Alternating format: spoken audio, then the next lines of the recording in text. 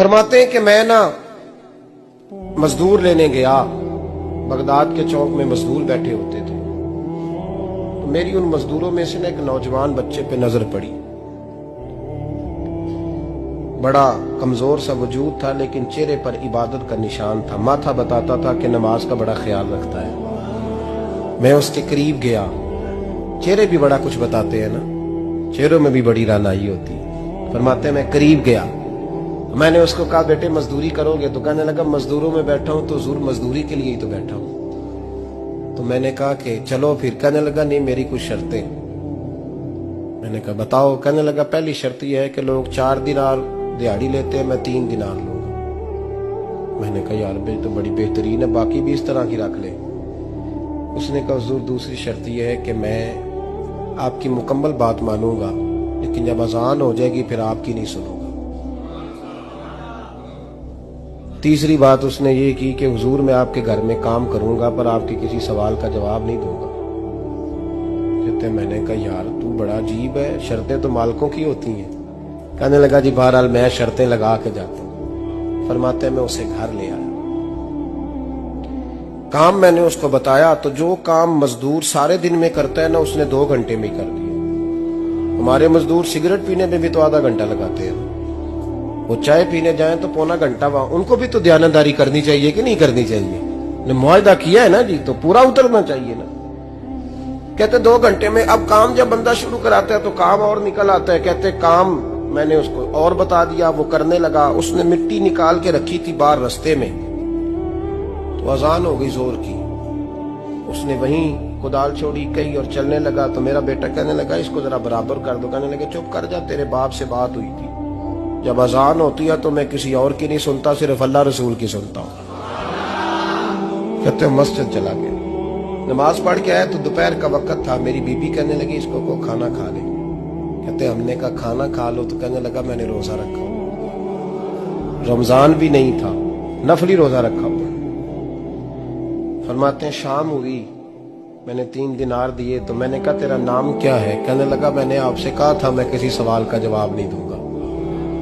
तो वो चला गया। अगले दिन मैं फिर लेने गया उसे, काम कुछ और निकल आए, तो लोगों ने बताया वो सिर्फ हफ्ते वाले दिन आता है। मैंने कहा क्यों? कहने लगे जी वो कहता है मेरा हफ्ते का खर्चा 3 दिनार है, जब 3 दिनार कमा लेता हूं तो बाकी सारा टाइम अल्लाह रसूल की जिक्र में गुजार दिया करता हूं। फरमाते हैं जी अगले हफ्ते मैं फिर लेने गया, मैंने पूरा हफ्ता इंतजार किया कि काम उसी से कराना है। मैं जब गया तो मैंने कहा चलो। कहने लगा मेरी शर्तें याद है ना? और मैंने कहा याद है भाई साथ चल।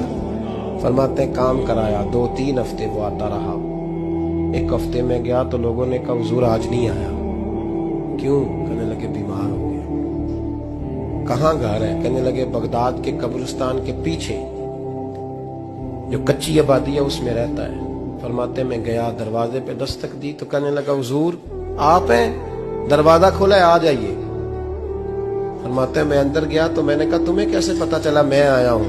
कहने लगा हुजूर अल्लाह वाले हो, आप नहीं आना था, वरना अमीर तो गरीबों का पता लेने कोई नहीं आते।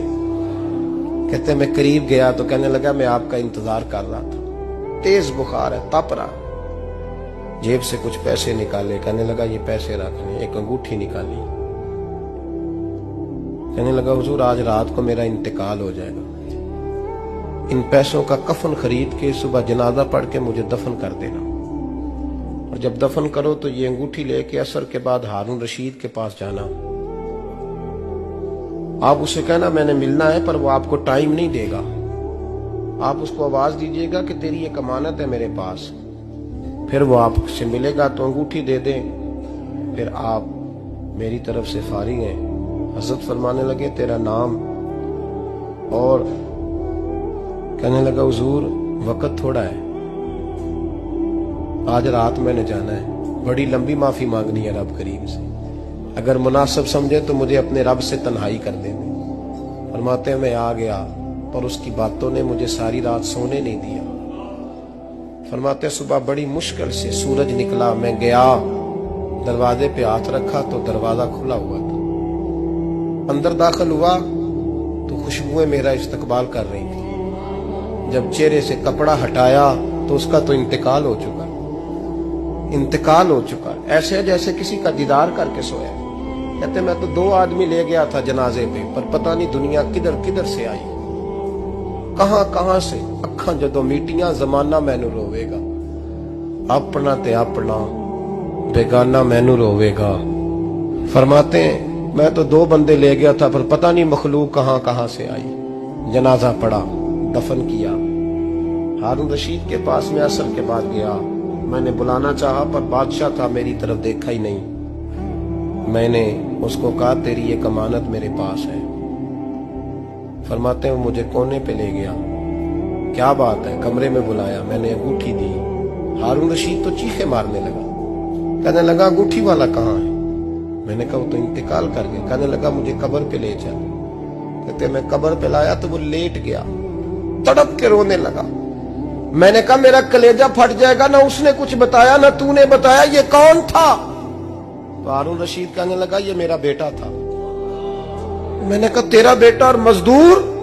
कहने लगा हुजूर ये हजरत दाऊद ताई के पास बैठा करता था, उनका मुरीद था, मुझे रोज कहता था अब्बा तूने बड़ी दुनिया इकट्ठी कर ली है, मरते वक्त तुझसे टांगे समेटी नहीं जाएंगी, इतना हिसाब नहीं तू दे सकेगा। मैं इसको समझा देता, इसकी अम्मा समझा देती। ये रोज हमें कहता छोड़ दो, आ जाओ अल्लाह रसूल की बारगाह में झुक जाएं। हम समझ। एक दिन ये चला गया, कहने लगा फिर तुम्हारा रास्ता और है और मेरा रास्ता और है। ये सोने की अंगूठी गलती से इसके पास रह गई, गलती से हीरे की अंगूठी चली गई। कहने लगा देखो मेरे बेटे ने आज वो भी वापस कर दी है। फिर तड़प के कहने लगा हारून रशीद था तो ये मेरा बेटा, पर मेरा मुर्शद निकला, मेरा पीर निकला। भाई जिंदगी तो बड़ी थोड़ी है ना। बाबा साहब ने कहा था उठ फरीदा सुत्या, और दाढ़ी आ गया ही पूर, अग्गा नेड़े आ गया, पिछा रह गया ही दूर।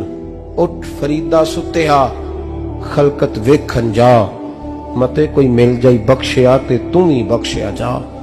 उठ फरीदा सुत्या झाड़ू दे मसीत, तू सुते रब जागदा, तेरी डाडे नाल परीत। मेरा रब हमें भी अपनी बारगाह में कबूल फरमा।